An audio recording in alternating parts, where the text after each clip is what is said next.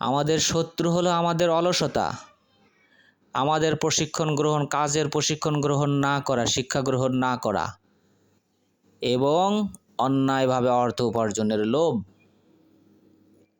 দেশে ভালো শিক্ষা ব্যবস্থা নাই, শিক্ষা ব্যবস্থা রয়েছে, শিক্ষা প্রতিষ্ঠান আছে, সেখানে নৈতিক শিক্ষার খুবই অভাব। চিকিৎসা এবং নিরাপত্তা ব্যবস্থা কেন তৈরি হচ্ছে না দেশে? কাজ নেই, শুধু কথা দিয়ে চুরি ডাকাতি আর দুর্নীতি ঢাকবেন না।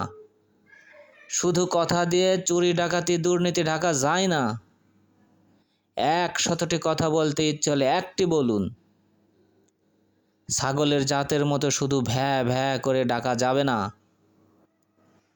এত ভ্যাবানোর উপর যদি আইন থাকতো খুবই ভালো হতো।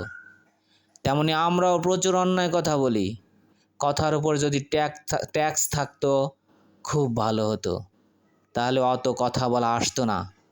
আসুন অন্তত একটা করে কাঁচামরিচ খেয়ে তারপরে একটা করে কথা বলি, দেখি কে কত কথা বলতে পারে।